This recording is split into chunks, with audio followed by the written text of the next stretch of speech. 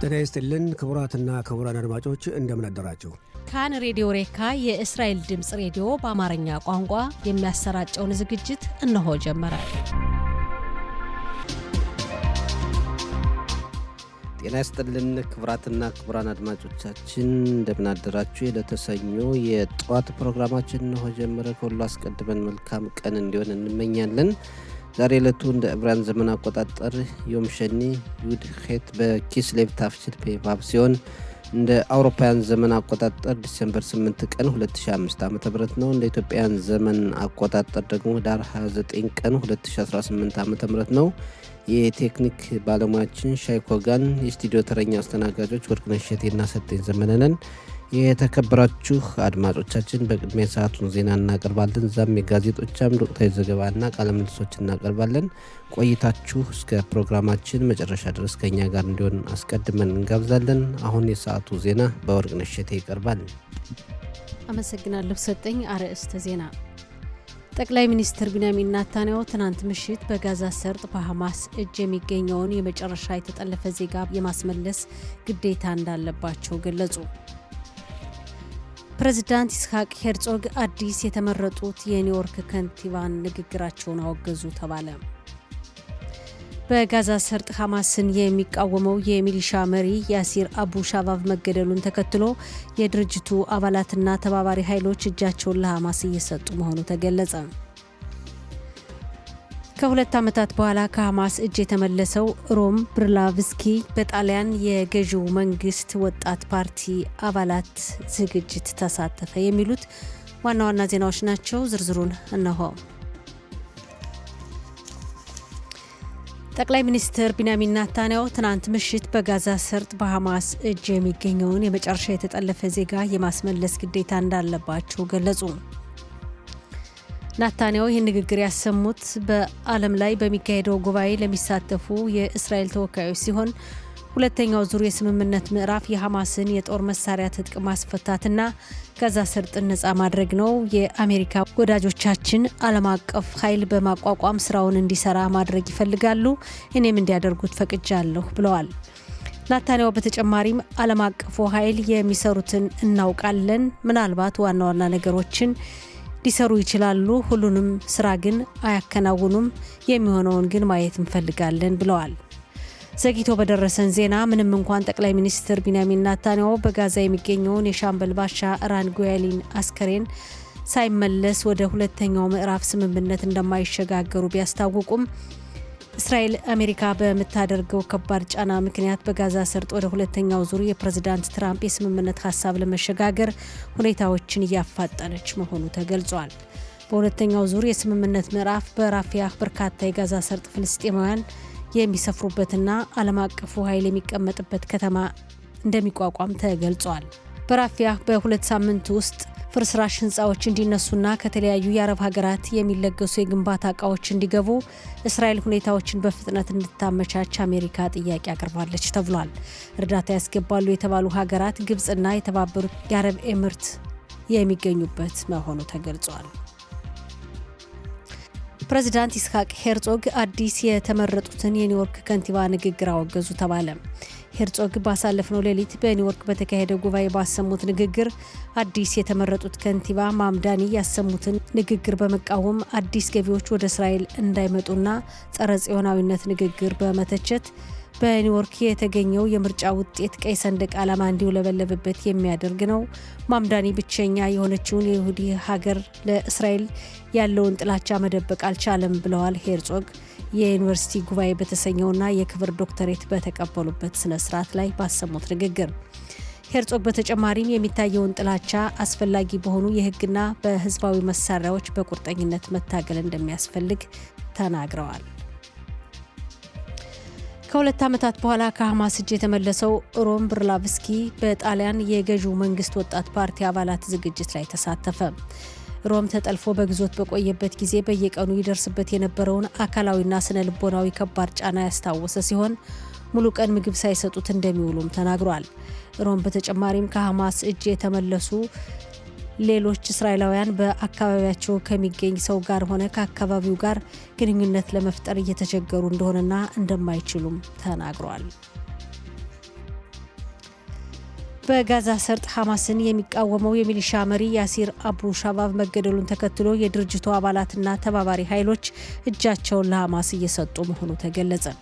እጃቸውን ለሐማስ የሚሰጡ ሚሊሻዎች ቁጥር በሚቀጥሉት ቀናት ይጨምራል ተብሎ የሚጠበቅ ሲሆን ባለፈው ሳምንት መጨረሻ ላይ ሐማስ በ10 ቀናት ውስጥ ሚሊሻዎች እጃቸውን እንዲሰጡ የሚል ትዕዛዝ ማስተላለፉ ይታወሳል። በናይጄሪያ ባለፈው ወር ከካቶሊክ ትምህርት ቤት የተጠለፉ 100 ተማሪዎች ተለቀቁ ተባለ። በናይጄሪያ ሰሜን ምዕራብ አቅጣጫ ኒጀር በተባለው ክልል ሴንቲ ማሪያ ከተባለው የካቶሊክ ትምህርት ቤት ከ2 ሳምንት በፊት የተጠለፉ ተማሪዎችን የናይጄሪያ አስተዳደር እንዲለቀቁ ማድረጉ ተገልጿል። በካልኬሊያ ምስራቃዊ አቅጣጫ ትናንት ምሽት በአካባቢው ወደሚያልፉ ተሽከርካሪዎች ድንጋይ ከወረወሩ 3 አሸባሪዎች መካከል አንዱ መከላከያ ሰራዊቱ በከፈተው ተኩስ ተገደለ ተባለ። በቦታው የነበሩ የመከላከያ ሰራዊቱ አባላት በአሸባሪዎች ላይ በከፈቱት ተኩስ አንዱ ሲገደል፣ ሁለተኛው በክትትል ላይ እርምጃ እንደተወሰደበትና ሶስተኛውን በቁጥጥር ስር እንደዋለ የመከላከያ ሰራዊቱ ቃል አቀባይ አስታውቋል። በመቶዎች የሚቆጠሩ የኢትዮጵያ ይሁዳውያን ፖሊስ በወጣቶች ላይ የሚያደርሰውን የኃይል እርምጃ በመቃወም ትናንት ምሽት በአሽዶድ ከተማ በሚገኘው ፖሊስ ጣቢያ ፊት ለፊት የተቃውሞ ሰልፍ አካሄዱ። ሰልፉ የተካሄደው አንድ የከተማው ነዋሪ ወጣት በፖሊስ ያላግባብ በኃይል እርምጃና እንግልት ደርሶበታል በሚል ምክንያት ሲሆን ከሰልፈኞቹ መካከል የክነሴት አባል ፕሪና ታምኖ ሸቴ መገኘታቸው ታውቋል። በፖሊስ በኩል በተሰጠው ምላሽ ወጣቱ በአካባቢው በሚገኝ መናፈሻ ፓርክ በቦታው የሚያልፉ ሰዎችን በስለት በማስፈራራት በመዛቱና አንድ ፖሊስን በመደብደቡ ምክንያት እንደሆነ ተገልጿል። በመጨረሻም የአየር ንብረት ትንበያ። ዛሬ በሰሜን አካባቢ በሚገኙ የባህር ዳርቻዎች አንዳንድ ቦታዎች ላይ በነጎድጓድ የታጀበ ዝናብ የሚወርድ ሲሆን ነገ ማክሰኞ በባህር ዳርቻዎች አካባቢ ዝናብ ይኖራል ተብሎ እንደሚጠበቅ የአየር ንብረት ትንበያ ባለሙያዎች ካደረሱን ዘገባ መረዳት ችለናል። የዛሬው ቀን የሙቀት መጠን በዲግሪ ሴንቲግሬድ በኢየሩሳሌምና አካባቢዋ 17፣ በቴል አቪቭ 21፣ በሃይፋ 20፣ በጽፋት 14፣ በብኤርሸባ 19፣ በኢላትና አካባቢዋ 22 ዲግሪ ሴንቲግሬድ ይደርሳል። ሰጠኝ ዜናው አበቃ። ወርቅነሽ ለዜናው እናመሰግናለን።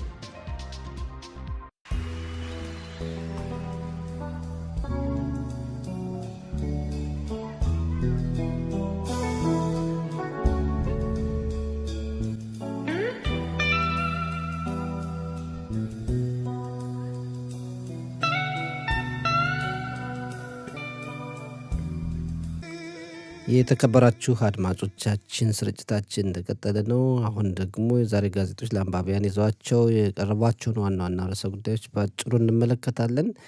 የማዕሪፍ ጋዜጣ በዛሬ ዘገባው ትልቅ ትኩረት ሰጥቶ ያቀረበው ጠቅላይ ሚኒስትር ቢንያሚን ኔታንያሁ በምህረት ጥያቄው ምክንያት ከፖለቲካው ዓለም የመሰናበት እቅድ የሌላቸው መሆኑን ትላንት ያስታወቁበትን ጉዳይ ነው። ጠቅላይ ሚኒስትሩ ትላንት ከጀርመን ቻንስለር ጋር ጋዜጣዊ መግለጫ በሰጡበት ወቅት በ3 ወንጀሎች ተጠርጥረው ፍርድ ቤት እየቀረቡ ያሉባቸው ክሶች እንዲሰረዙላቸው ለፕሬዝዳንት ሄርዞግ ባቀረቡት የምህረት ጥያቄ ምክንያት ከፖለቲካው ዓለም ሊሰናበቱ ይችላሉ ተብለው ሲጠየቁ እንዲህ አይነት እቅድ እንደሌላቸውና በፖለቲካው ዓለም እንደሚቀጥሉ ገልጸዋል።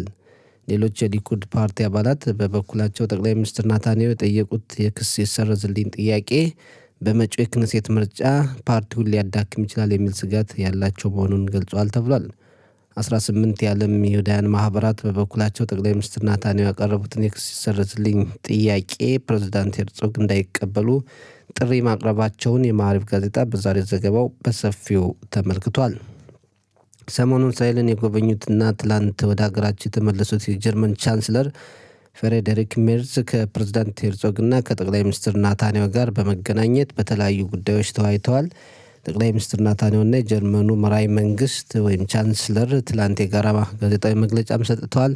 ኔታንያሁና ቻንስለሩ በእስራኤልና ጀርመን የደህንነት ጥበቃ ትብብር አዛን ከጦር መሳሪያ ነጻ በማድረግና የፍልስጤም ሀገር ማቋቋም በሚለው ጉዳይ መክረዋል። የጀርመኑ ቻንስለር እስራኤል ዓለም አቀፍ ሕጎችን በማክበር እንድትንቀሳቀስ ጥሪ አቅርበዋል።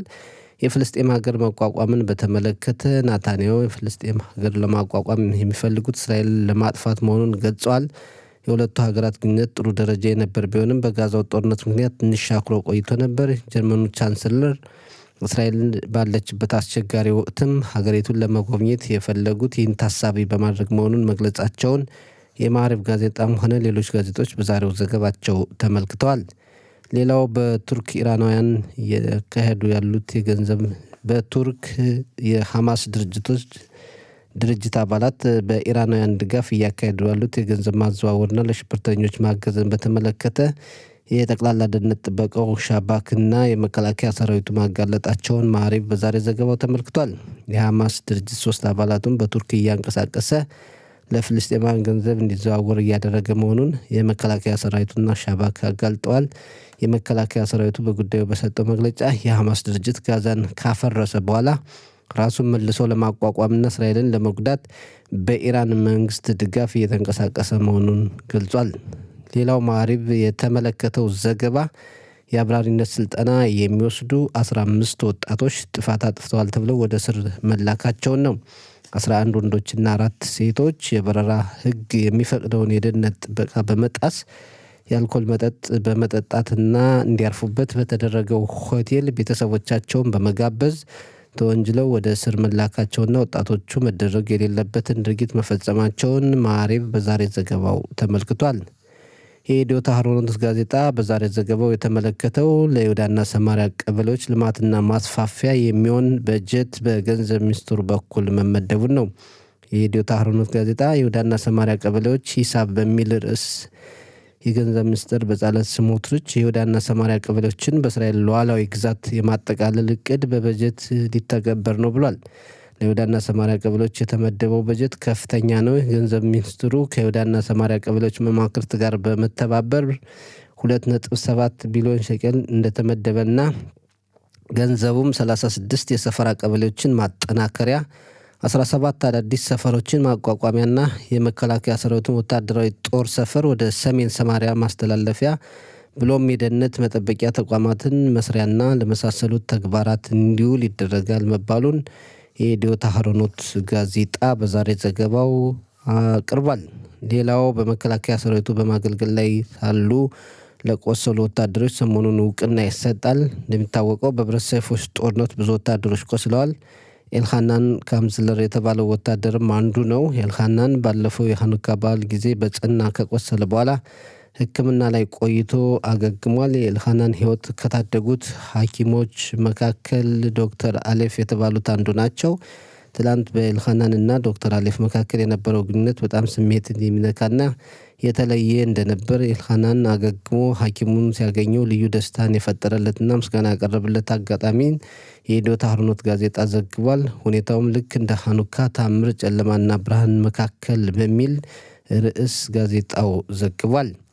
ሌላው እስራኤልና ሐማስ ሁለተኛውን ዙር ስምምነት እንዲጀምሩ አሜሪካ ጫና እያካሄደች መሆኗን የኢዲዮት አህሮኖት ጋዜጣ ዘግቧል። የአሜሪካ አስተዳደር በእስራኤልና ሐማስ ላይ ጫና እየፈጠረ ይገኛል። ሁለተኛውን ዙር ስምምነት እንዲጀመር በሐማስ እጅ የሚገኘው የፖሊስ ባልደረባ የራን ጊቪሊ አስከሬን እንዲመለስ እስራኤል መጠየቋ ተገልጿል። በሁለተኛው ዙር የተኩስ አቁም ስምምነት ሂደት ውስጥ በጣም ችግር ይፈጥራሉ ተብለው ከሚጠበቁ ጉዳዮች አንዱ ሐማስ የጦር መሳሪያ ትጥቁን ለመፍታት ፈቃደኛ አይሆንም የሚለው ነው። ሌላው ደግሞ ዓለም አቀፍ ሰላም አስከባሪ ኃይል ለማሰማራት እስራኤል የትኞቹን ሀገራት ደህንነት ጥበቃ አካላት ትፈቅዳለች፣ ብሎም ሰላም አስከባሪው ኃይል ሐማስን የጦር መሳሪያ ትጥቁን ማስፈታት ይችላልን ወይ የሚሉት ይገኙበታል ብሏል ጋዜጣው። ማዕሪፍ በመከላከያ ሚኒስትር እስራኤል ካጽና በጦር ኃይሎች ጠቅላይ ኤታማዦር ሹም ሌፍተናል ጀነራል ኢያል ዛሚር መካከል አለመግባባቱ እንደቀጠለ መሆኑን ዘግቧል። ኤታማዦር ሹሙ ለመከላከያ ሚኒስትሩ ሳያስታውቁ ከፍተኛ አመራሮችን ይዘው ስብሰባ ማድረጋቸው ከአሰራርና ደንብ ውጭ ነው በማለት መንቀፋቸው ትላንት ተገልጾ ነበር። እንደ ማዕሪፍ ጋዜጣ ዘገባ የመከላከያ ሚኒስትሩ ኤታማዦር ሹሙን እንዳይንቀሳቀሱ እያደረጉ ቢሆንም ኤታማዦር ሹሙ ሰራዊቱን መልሶ ለመገንባትና ጉዳት እንዳይደርስበት ለማድረግ በመከላከል ላይ መሆናቸውን ማዕሪፍ ዘግቧል። ወደ ሐሬዝ ጋዜጣ ስናልፍ ዙም የዘገበው የሚኒስትሮች ጉባኤ ትላንት ባስተላለፈው ውሳኔ የሕግና ፍትህ ሚኒስትር ያሪቭ ሌቪን የመንግስት ሕግ አማካሪዋን ጋሊ ባህራ ሚያራን አሰራር የሚያጣራ ሕግ ለመደንገግ ውሳኔ አስተላልፏል ብሏል። የመንግስት ሕግ አማካሪዋ ተገቢነት የሌለው ድርጊት ሰርተዋል ተብለው ከታሰበና የሚያስጠይቃቸው ከሆነ ፖሊስ መመርመር እንዲችል የሚያደርግ ሕግ ለመደንገግ ጥረት እንደተጀመረ ሐሬጽ በዘገባው ተመልክቷል። ሌላው በጋዜጦች የቀረበው ዘገባ በእስራኤል የጉንፋን ወረርሽኝ በከፍተኛ ሁኔታ የተስፋፋ መሆኑን ነው። ከፍተኛ የጤና ችግር ያለባቸው ዜጎች የጉንፋን መከላከያ የቫይረሱ መከላከያ ክትባት ቢወስዱ የሚመከር መሆኑን የጤና ባለሙያዎች ምክራቸውን ለግሰዋል።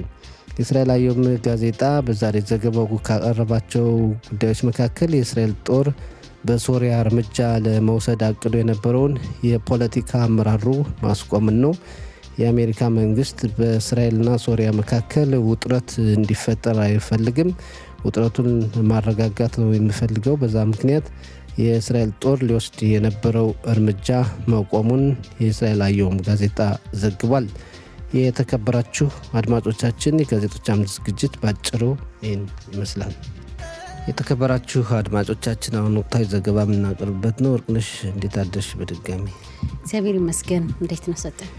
ደህና ነኝ። እንግዲህ በጠዋት በእነሳት ቀላል አይደለም እንጂ ደህና ነኝ። እንዲያው ቀላል ይሁን። ስራ አይደል 24 ሰዓት የሚሰራበት ሀገር ላይ ስለሆነ ያው ችግር የለውም። እንግዲህ ለምደነዋል። የተለያዩ ርዕሰ ጉዳዮች ነው ያሉን። እንግዲህ ያው እስራኤል እና ሐማስ ወደ ሁለተኛው ዙር ተኩስ አቁም ስምምነት እንዲደርሱ አሜሪካ ጫና እያደረገች እንደሆነ ነው የሚነገረውና እንደው ያሉት ፈተናዎች፣ ተግዳሮቶች ምን ሊሆኑ ይችላሉ? እንግዲህ የጋዛ ጉዳይ በጣም አስቸጋሪና አወዛጋቢ ነው። እንደው በወሬ ደረጃ እንዲህ ሲነገር ቀላል ይመስላል እንጂ ሁለተኛው ዙር በተለይ የስምምነት ምዕራፍ አዛን እንደገና መልሶ ማቋቋም፣ ሐማስን ከጦር መሳሪያ ትጥቅ እንዲፈታ ማድረግና ጋዛ ለቆ እንዲወጣ ማድረግ እንደውም አዲስ ከተማ ሁሉ የመገንባት እቅድ ነው። አዲስ ከተማ ገንብቶ የጋዛ ሰርጥ ፍልስጤማውያንን ወደዛች ከተማ በራፊያ አካባቢ ነው ትገነባለች ከተማዋ ተብሎ የታቀደው እንዲያልፉ ማድረግ፣ ዓለም አቀፍ ኃይል ተቋቁሞ ዓለም አቀፉ ኃይልም በዚቹ አዲስ በምትሰራው በምትቋቋመው ከተማ እንዲቀመጥ ነው የሚል ከባድ ነው። በእስራኤል በኩል እንደምናውቀው እስካሁን ከተጠለፉ ዜጎች መካከል የራን ጎየሊ አስከሬን አልተመለሰም። ጠቅላይ ሚኒስትር ቢንያሚን ኔታንያሁ ትናንት እንኳን ራሱ የመጨረሻው የተጠለፈ ዜጋ እስኪመለስ ድረስ ወደ ሁለተኛው ዙር ስምምነት ሀሳብ አንሸጋገርም፣ ይሄን የማድረግም ኃላፊነት አለብኝ ብለው ነበር። ይሁን እንጂ አሜሪካ በጣም ከፍተኛ ጫና እያደረገች እንደሆነ ነው እየተነገረ ያለው በእስራኤል ላይ። እንደውም በራፊያ አካባቢ አዲሷ ከተማ የምትገነባበትን አካባቢ በራፊያ ሁሉም ፍርስራሽ ህንፃዎችን በሁለት ሳምንት ውስጥ እንዲጸዱና ቦታው እንዲመቻች እንድታደርግ ያው እስራኤል ይሄን ኃላፊነት እንድትወስድ አሜሪካ ጥያቄ ያቀረበች እንደሆነ እየተገለጸ ነው። የተለያዩ እርዳታ የሚያደርጉ የአረብ ሀገራት ደግሞ እንደ ግብጽና የተባበሩት የአረብ ኤሚሬት የግንባታ እቃዎችን እንዲያስገቡና የከተማው ግንባታ እንዲጀምር ያው እንዳልነው ፍልስጤማውያን ወደዛች ከተማ እንዲያልፉ ዓለም አቀፍ ኃይል ተብሎ እንግዲህ ከተለያዩ ሀገራት ይዋቀራል ተብሎም የጠበቀው ኃይልም በዛች ከተማ እንዲቀመጥና ሐማስ ቦታውን ለቆ እንዲወጣ ትጥቁንም እንዲፈታ የሚል ነው። በሐማስ በኩል ግን አሁን ይህን ሀሳብ ለመቀበል ዝግጁ ነው ወይ ያለው ሁኔታ ይህን ነገር ለማድረግ ነው ያስደፍራል ወይ ሞልቶስ ለመናገር የሚለው ይከብዳል። ሊሆን ይችላል ግን ምናልባት ተጨማሪ ጦርነት ያስፈልግ ይሆናል ሐማስን ትጥቁን ለማስፈታትና አዛን ለቆ እንዲወጣ ለማድረግ። እንግዲህ የዛን ነዋሪዎች ወደ አንድ ከተማ ገንብቶ ማሸጋገር የሚል እቅድ ካለ አጠቃላይ አዛን እንደገና መልሶ ማቋቋም መልሶ መገንባት ሊያስፈልግ ስለሚችል ሁኔታው ቀላል አይመስልም። እንግዲህ አመታትን የሚወስድ ስራም ሊሆን ይችላል።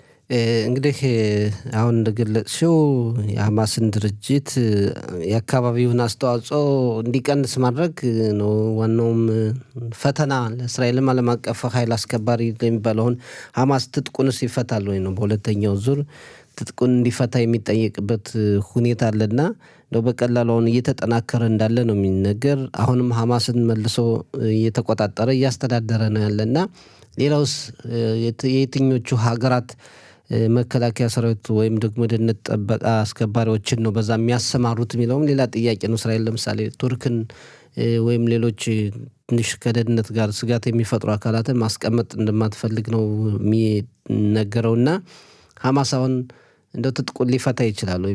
ባጭሩ እንደምናየው ካለው ተጨባጭ ሁኔታ አሁን እኮ ችግሩ እሱ ነው። ሐማስ ስለዚህ እንደውም ዝግጁ አይመስልም፣ ይህን ጥያቄ ለመቀበል ዝግጁ አይመስልም። ምክንያቱም በእስራኤል በኩል የሚታገዝ ሚሊሻ እንደተቋቋመ ያው ቀደም ብለን ይታወቅ ነበር። ባለፈው ሳምንት ደግሞ የዚህ ሚሊሻ መሪ ያሲር አቡ ሻባብ መገደሉ ይታወሳል። በዛ ምክንያት እሱ ይመራው የነበረው የተደራጀ ሚሊሻ ሐማስን የሚቃወም ነው ማለት መሆኑ ነው። እንግዲህ ሌላም እንደዚህ አይነት ተመሳሳይ ቡድኖች እንዳሉ ይታወቃል። ሁሉም አሁን ለሐማስ እጅ እየሰጡ ነው ይባላል። እንግዲህ ሐማስ ምን ያህል ኃይል እንዳለው መረዳት ይቻላል። ለሐማስ እጅ እየሰጡ ናቸው፣ እጅ መስጠት ጀምረዋል ተብሏል። እንግዲህ በጋዛ ሰርጥ ውስጥ የሐማስ ኃይል ከሌሎች ኃይሎች የበለጠ የተሻለ እንደሆነና አዛን የሚያስተዳድረው አሁንም በሲቪል አስተዳደር እኮ ሐማስ እንደሆነ እናውቃለን። ሐማስ ነው አዛን የሚያስተዳድረው። ወታደራዊም የጦር ትጥቁን አልፈታም። አዎ የጦር ትጥቁን አልፈታም። እስራኤል ከዚህ ቢጫ ከተባለው መስመሩ ስር ነው ያለች፣ እዛ አካባቢ ነው ያለች። ከዛ ውጭ ያለውን አሁን ሐማስ ነው የሚያስተዳድረው። እንዳልሽው ታጣቂዎቹ ሌላ አካል ድጋፍ ካላደረገላቸው ሐማስ አካባቢውን ከተቆጣጠረ አማራጭም የላቸውም። እንደው መሪያቸው ስለተገደለ ብቻ ሳይሆን ገና ከመጀመሪያው አንስቶ ሐማስ እየተበቀላቸው ነው። እንደውም በአደባባይ ሲረሽናቸው ሁሉ ተመልክተናል። አዲስ ነገር አይደለም። እንደዚህ አይነት ነገር የሚፈጽመው ከእስራኤል ጋር ተባብራችኋል የሚላቸውን በአደባባይ ሲረሽን ያየንበት ሁኔታ የተለመዱ ነው። ባለፉት ዓመታት ሲያደርገው የነበረው ነው እና አሁን የሐማስ ድርጅትን የዛ አካባቢ ጦር መሳሪያ ትጥቁን እንዲፈታ እናደርጋለን፣ ሐማስ ለእስራኤል ሕልውና መኖር የለበትም ሲሉ የእስራኤል መሪዎች በጦርነቱ ወቅት በተከታታይ ጊዜ ሲናገሩ ነበር። ያ ጉዳይ የት ሄደ? እንግዲህ የሚባለው ነገር ያው ብዙ ነገር እንሰማለን። እውነት ነው የሚባለውና በተግባር ደግሞ በተግባር እኮ አንድ ነገር በተግባር ሲሰራ በእርግጥ እንደሚታቀደው በውይይት እንደሚቀርበው ቀላል አይደለም። ጊዜ የሚወስድ ብዙ ኃይል የሚያስፈልግ ምናልባት እስራኤልን ለተጨማሪ ጦርነት ሊጋብዛት ይችላል። አሁን የሐማስ መጠናከር አዛ ውስጥ ዞሮ ዞሮ ጠቅላይ ሚኒስትሩም ትናንት ሲናገሩ ምንድን ያሉት ዓለም አቀፉ ኃይል የሚሰራው ነገር በአጠቃላይ እንደ ዋና ዋና የሚባሉ ነገሮችን ጉልህ የሆኑ ነገሮችን ሊሰራ ይችላል፣ ግን ሁሉንም ስራ ይሰራሉ ብለን አንጠብቅም። ለማንኛውም እድሉን ሰጥተን እናያቸዋለን የሚሆነውን በማለት እንግዲህ ይሄ ደግሞ ያው እስራኤል የምትሰራው ስራ እንደሚኖር ማሳወቅ ይመስላል አነጋገራቸውና ዞሮ ዞሮ እስራኤል በቅርብ ርቀት ሁኔታውን እየተከታተለች ያው ከሐማስ ጋር ምናልባት ሌላ ዙር ጦርነት ሊያስፈልግ የሚችልበት ሁኔታ እንዳለ ነው የሚታየው እንጂ ዓለም አቀፉ ኃይልም ጭራሽ አሁን ሀገራቱ አምነው ራሱ ኃይላቸውን ወታደራቸውን ከሐማስ ጋር ተዋጋ ብለው ወደ አዛም እኮ ላይልኩ ይችላሉ እየተባለ ነውና በቀላሉ አትላኩ ብሎ እኮ አስጠንቅቋል። እሱም አስጠንቅቋል። አዎ እንዳትዋጉ ነኛ ጋር ብሏል። የአረብ ሀገራት በተለይ ሐማስን እኛ እናትዋጉ ብሏል። እነሱም ደግሞ ያውቃሉ ከባድ ነገር እንደሚገጥማቸው፣ ጦርነት እንደሚጠብቃቸው። ዞሮ ዞሮ የእስራኤል ቤት ስራ ነው። ያው ጊዜ ሊወስድ የሚችለውም ከዚህ አንጻር ነው። ከዚህ ጋር በተያያዘም የሐማስ ድርጅት በተለይ በቱርክ እንቅስቃሴ እያደረገ ገንዘብ ማዘዋወር መለወጥን ድርጊቶች እያካሄደው ለፍልስጤማውያን የማስተላለፍ ሁኔታ 3 አባላቱ መጋለጣቸውን የመከላከያ ሰራዊቱና የጠቅላላ ደህንነት ጥበቃው ሻባክ አስታውቀዋል ትላንትናና ይሄ እርግጥ ሐማስና ተባባሪዎቹ ወይም ደግሞ እንደ ኢራን አርፈው እንደማይቀመጡ ነውና ይሄ እንደው አዲስ ነገር ነው ወይ? ጸረ እስራኤል እንቅስቃሴ ሐማስና ኢራን ማድረጋቸው አዲስ ነገር አይደለም፣ ሊያስገርምም አይችልም። እንደዛ ነው የተነገረው። ግን አዲስ የሚያደርገው ምን መሰለህ? ቱርክ በጋዛ ሰርጥ እንግዲህ አዛን መልሶ ለማቋቋም ኃይል እንድታስገባ ወደ ጋዛ ቱርክ አንደኛው ተሳታፊ እንድትሆን ያው በዶናልድ ትራምፕ የስምምነት ሀሳብ እቅድ መሰረት እንደዚህ የሚል ሀሳብ አለና ቱርክ አሁን ለሐማስ ከለላ እየሰጠች ሐማስን እያስጠጋች ከኢራንና በሐማስ መካከል ድልድይ ሁና የሐማስ አባላትም ቱርክ ውስጥ እንደሚኖሩ ይታወቃል። ይህን ስራ እየሰራች ቱርክን አዛ ውስጥ አስገብቶ ከእስራኤል ጎን የእስራኤልን ጠላት ማደራጀት ይሄ ነው አዲስ ሊሆን የሚችለውና ምናልባት ቱርክ ወደ ጋዛ ሰርጥ እንዳትገባ እየተቃወመች ነው። ምናልባት አሁን ይሄ መረጃ ተጨማሪ ምስክርነት ይሆናል። እስራኤል የምትቃወመው ያለ ምክንያት አይደለም ነው የሚለውና አሳማኝ መረጃ ነው። ምናልባት ቱርክ ወደ ጋዛ ሰርጥ አትግባ ብላ እስራኤል የምታቀርበውን ተቃውሞ ሊያጠናክርና አንድ መረጃ ሊሆን እንደሚችል ምናልባት ቱርክ ላትገባ ትችል ይሆናል። በዚህ ምክንያት እንደገና ሐማስን ለማጠናከር የቱርኩ ፕሬዝዳንት ታይብ ኤርዶጋንም በተደጋጋሚ ጊዜ ጠቅላይ ሚኒስትሩንም በመጥፎ ንግግር በመናገር የሚታወቁ ናቸው። የሐማስ ድርጅት አመራሮችንም የተወሰኑትን እዛው ሀገራቸው በመደበቅ በማስጠለል የሚታወቁ ናቸውና ቱርክ ውስጥ ጸረ እስራኤል እንቅስቃሴ ቢሆን የሚገርም አይደለም። እንደ ኢራን ነው ብዬ ነው ማስበው። እኔ የነበራቸውን ጥሩ ግንኙነት እዚህ የቱርኩ ፕሬዝዳንት ካበላሹት ዓመታትን አስቆጥረዋል እና እንግዲህ እስራኤል በንቃት መከታተል ያለባት ጉዳይ መስሎ ነው የሚታየው። እሱ ልክ ነህ፣ እንደዛ ነው። በእርግጥ የቱርክ ህዝብና የእስራኤል ህዝብ በጣም ወንድማማች ህዝብ እንደነበረ እናስታውሳለን በታሪክ ብዙ ግንኙነት አለ። እስራኤል በርካታ የተለያዩ የንግድ እቃዎችን ከሐማስ ከቱርክ ታስገባለች። የቱርክ ምርቶች እስራኤል ውስጥ ያው ገበያ ላይ የምናያቸው ናቸው በስፋት። ያው ለወዳጅነት ነበር። እንደውም ቆየት ባሉት ዓመታት ሰው ቱርክ ደርሼ መጣሁ ለሶፍ ሻባ ለቅዳሜና አርብና ቅዳሜ ቱርክ ነበርኩ ነበር የሚል አብዛኛው ሰው ኢላት ነበርኩ ከሚለው ሰው ቱርክ ነበርኩ የሚለው ይበዛ ነበር። ግን ያን ግንኙነት እንዳልከው አሁን ቱርክን የሚገዛው አስተዳደር አበላሽቶታል።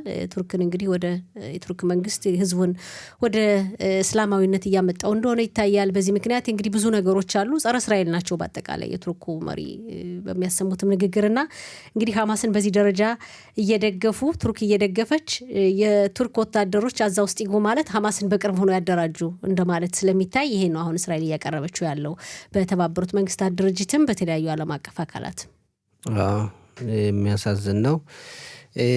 ሌላው በእስራኤል በዚህ በክረምት ወራት እንደው ሳይጠበቅ 2-3 ሳምንት ቀድሞ የጉንፋን ወረርሽኝ በጣም መጨመሩና እንደውም ለአደጋም ያጋለጠ ከ400 በላይ በሆስፒታሎች ሕክምና እያደረጉ እንደሆነ ወደ 18 የሚሆኑ ደግሞ በጣም በከፍተኛ ሁኔታ የታመሙ መሆኑ እየተነገረ ነውና ምናልባት ሌላ የጤና ተጓዳኝ የሆነ የጤና ችግር ያለባቸው አስቀድመው መከተብ እንዳለባቸው የጤና ባለሙያዎች ይገልጻሉ። ምናልባት የጤና ባለሙያ እናቀርባለን በዚህ ግን በጋዜጦችም በተለያዩ መገናኛ አውታሮች የሚነገረው ነውና ምን አይነት ጥንቃቄ ማድረግ አለብን ለህብረተሰቡ? ይሄ እንዳልከው ሰጠኝ ባለሙያ ጋብዘን በእርግጥ ባለሙያ ያለውን ሁኔታ በስፋት ቢያስረዳ ጥሩ ነው ለአድማጮቻችን። ግን በዜናም ስለሚቀርብ ያው መገናኛ አውታሮችን መረጃዎችን የማድረስ ግዴታ ስላለብን ይቀርባል። ሰሞኑንም በተለያየ አጋጣሚ አይተነዋል።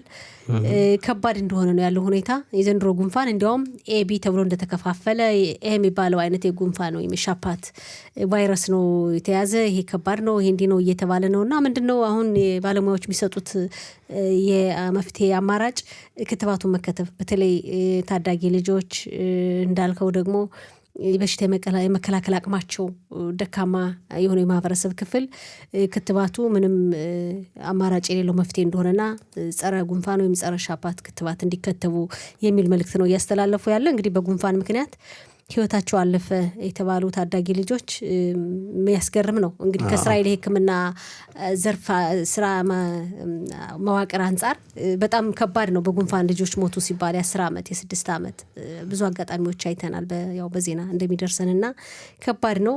እንግዲህ የቤተሰብ ሐኪሞችን ማማከር ወሳኝ ነው እንላለን። ለማንኛውም ደግሞ በቀላል ቸል ብሎ አለማየትና የተለመደው ጉንፋን ነው ብለን ለአደጋ እንዳንጋለጥ ጥንቃቄ ማድረግና የሚባባስበት ሁኔታ ሲኖር ቶሎ ወደ ሕክምና ተቋማት መሄዱ ጥሩ ነው።